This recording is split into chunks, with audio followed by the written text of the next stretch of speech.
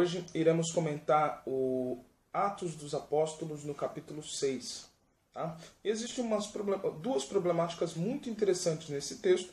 E ele inicia, o martírio, tá? Ou a testemunha prática de um dos maiores mártires, mais significativos pelo menos, do cristianismo primitivo, que é a figura de Estevão. Tá? Todas as igrejas, todas as comunidades cristãs, com certeza já falaram sobre esse texto, e sobre a figura de Estevão. É uma figura muito interessante. Tá? Então são essas duas coisas que existem.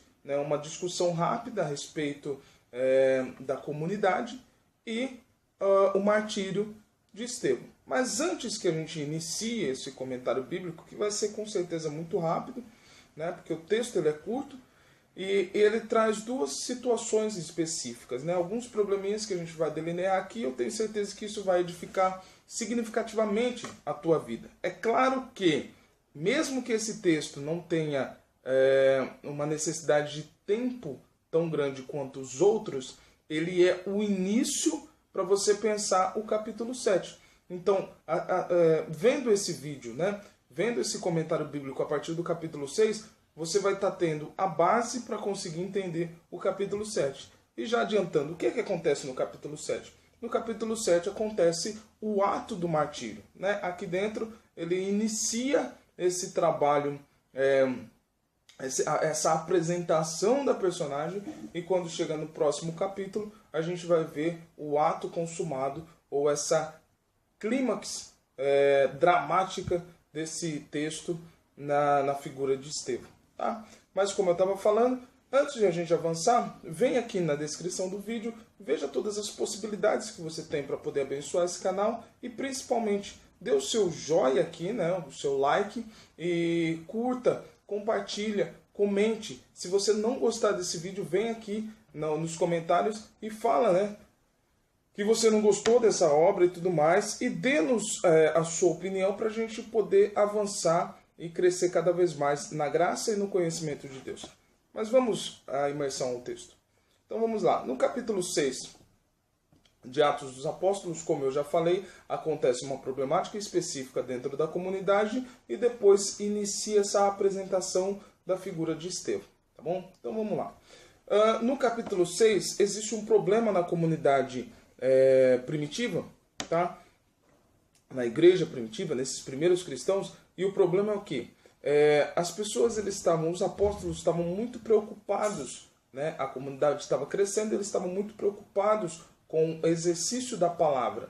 Tá? Então eles estavam muito preocupados com pregar o evangelho, ganhar almas e tudo mais, fazer os sinais e prodígios e tudo mais, que isso é uma coisa muito legal, porém começou a iniciar um escândalo, começou a iniciar um grande problema dentro da comunidade. E aí a gente abre o parênteses aqui. O que adianta um sujeito vir, ressuscita um morto, mas chega depois, 2, 3 horas, o morto está com fome e não tem nada para comer. Não tem utilidade nenhuma. É um grande espetáculo. Que bonito. O morto ressuscitou e depois vai morrer de novo. Sabe? Não tem lógica. O que adianta você botar um paralítico para andar e depois esse paralítico não tem nem dinheiro para poder comprar um calçado? Não tem dinheiro para comprar um sapatão para poder trabalhar. Qual é a utilidade de fazer um paralítico andar se você não vai dar um calçado para ele poder proteger o solado do pé? E olha que quando dá umas rachaduras no pé o negócio fica louco, Mas vamos prosseguir. Então o que acontece? O problema dessa comunidade era o quê? Eles estavam dando muito valor à palavra e estavam abandonando as pessoas que mais necessitavam dentro da casa de Deus. E principalmente não existe evangelho de Cristo se não tem atendimento aos pobres, se não tem um olhar para os pobres. Nesse momento a gente começa a apontar para o Concílio do Vaticano II, que é esse início dessa instituição, desse pensar a América Latina, pensar teologicamente a América Latina, e principalmente, você já tem um trabalho antes, mas no Concílio do Vaticano II você tem a instituição da palavra opção preferencial pelos pobres. Então você olhar para os pobres, entender a prática do Evangelho e a nossa religiosidade cristã focada nos pobres. Mas a comunidade apresentada aqui no capítulo 6, eles estavam abandonando, né, os pobres. E os pobres estavam ali meio que a ver. Lá não tinha navio, mas estava meio que a ver navios, tá bom? E aí o que acontece? Quem vem e apresenta essa problemática? Quem vem e apresenta essa problemática são os helenistas. E quem são os helenistas? Os helenistas eram judeus que não moravam na Judéia, mas que moravam em outras localidades, e eles vinham com certeza dentro de períodos festivos, e ali dentro desses períodos festivos eles estavam apresentando essa problemática, tá? Ou judeus que tinham vindo de fora, viraram prosélitos e estavam dentro da comunidade, tá? Quando a gente olha a ética grega tem uma busca de proteção ao outro, principalmente ao cidadão, porque o escravo, os outros não eram muito vistos, mas no outro cidadão eles tinham uma noção muito grande de proteção, tá? Então a ética grega vem e traz esse pensamento da proteção do igual ou do outro, né? Tanto na guerra quanto fora da guerra. E quando esses cristãos helenistas eles vêm e vê esse abandono, eles vão e levantam essa problemática, que é uma coisa que acontece muito dentro das nossas igrejas hoje. Nós temos igrejas que fazem grandiosos milagres, mas não conseguem colocar um prato de comida na boca da pessoa que precisa. Tá bom? Então a problemática que é apresentada é essa. E quando os discípulos, os apóstolos, se deparam com essa problemática, eles vêm e falam: não é legal a gente deixar o ofício da palavra, né? Mencionar e pregar a palavra, não é legal a gente deixar essa pregação da palavra para poder servir a mesa, ou para distribuir, para fazer todo esse trabalho social dentro da comunidade. E aí eles lançam a peteca para os helenistas, e os helenistas deveriam então escolher algumas pessoas que fossem cheias do Espírito Santo, que tivessem um mínimo de habilidades e de não repreensão, que eram pessoas reconhecidas na comunidade como servos de Deus, que eles iam ser escolhidos para poder exercer o diaconato, ou seja, o serviço da casa de Deus, tá bom? Então é esse o momento do capítulo do versículo 1 até o versículo 7 que é apresentado. Quando a gente chega no versículo 7, a gente vê claramente que é o quê?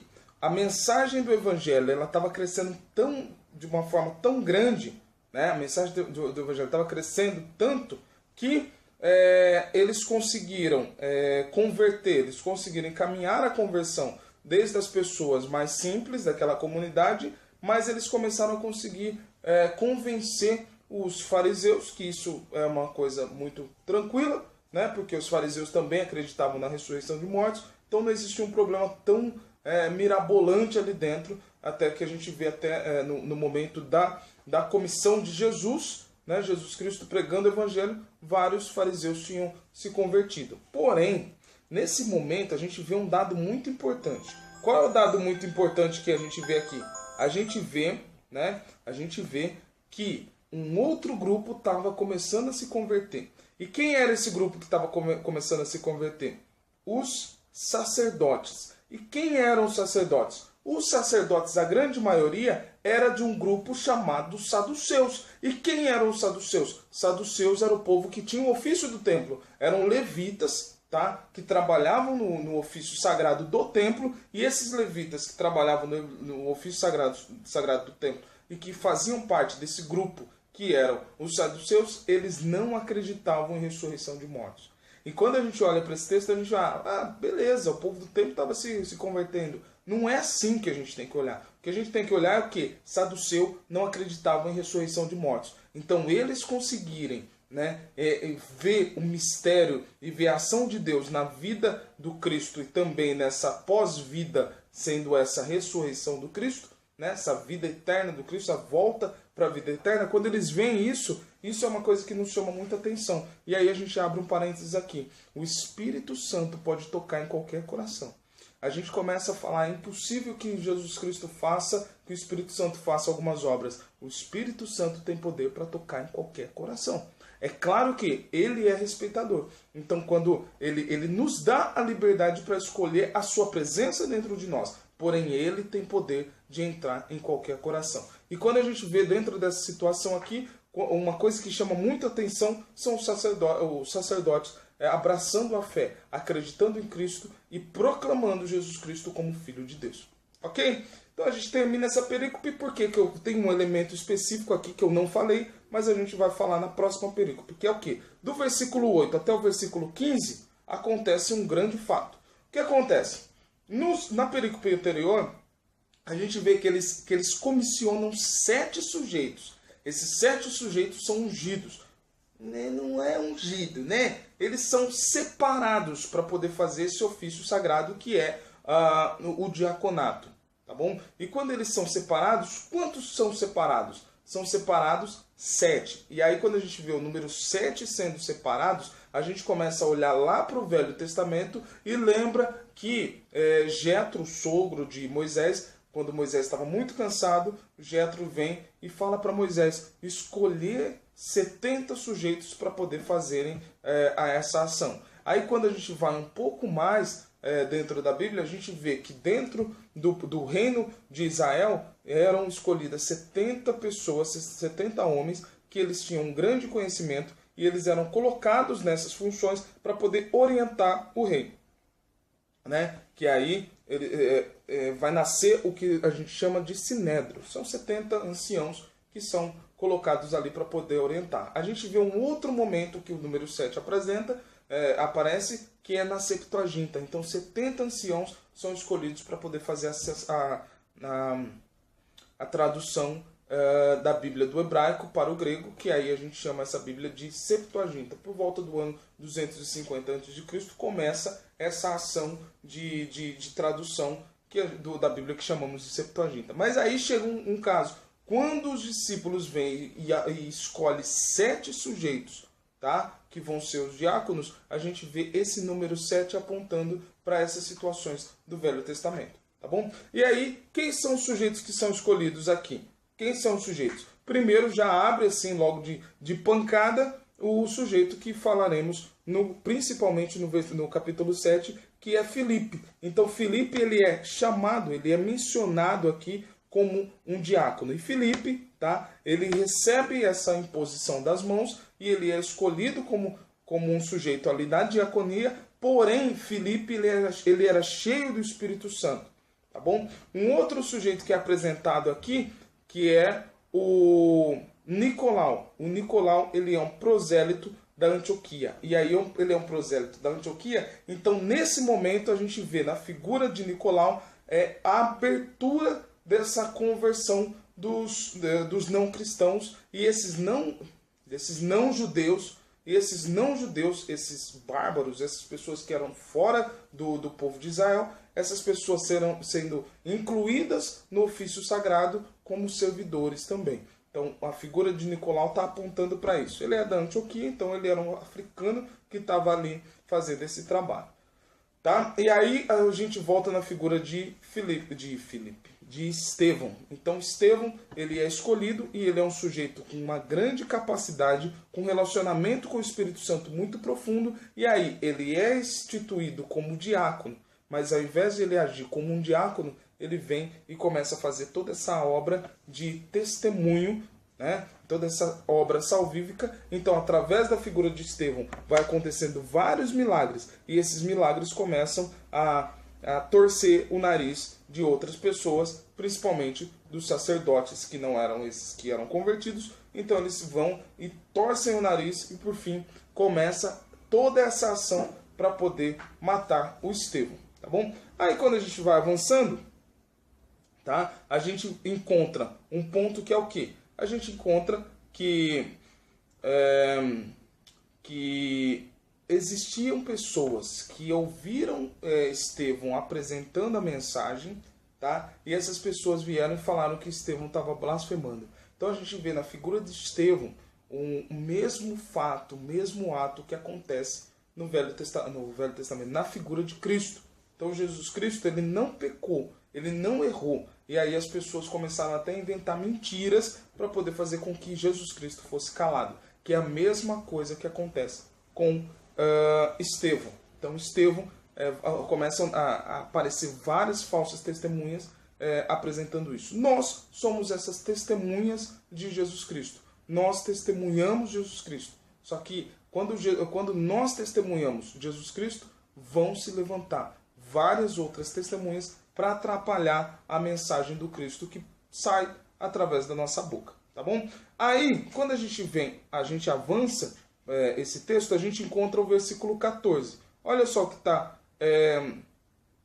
apresentando no versículo 14. No versículo 14 está falando que esses sujeitos falaram que Estevão estava falando que Jesus Cristo tinha falado que destruiria o templo. Então Estevão estava falando para os donos do templo que esses sujeitos que mandavam, que organizavam o templo, que o templo cairia. O objeto mais importante da tradição judaica cairia. Era uma coisa meio drástica que ele estava fazendo. E aí Estevão falando isso faz com que aconteça o quê? Que essas pessoas começam a procurar matá-lo. Porém, Estevão fala sobre a destruição do templo. E aí, quando a gente avança um pouco, coisa de 30, 40 anos, né, acontece, depois do ato que Estevão está fazendo, num raio, né, mais ou menos de 30 anos, acontece a queda e a caída do templo. Então, quando a gente olha esse fato aqui, mesmo que a gente está profetizando algumas coisas que as pessoas falam que não vai acontecer, se tem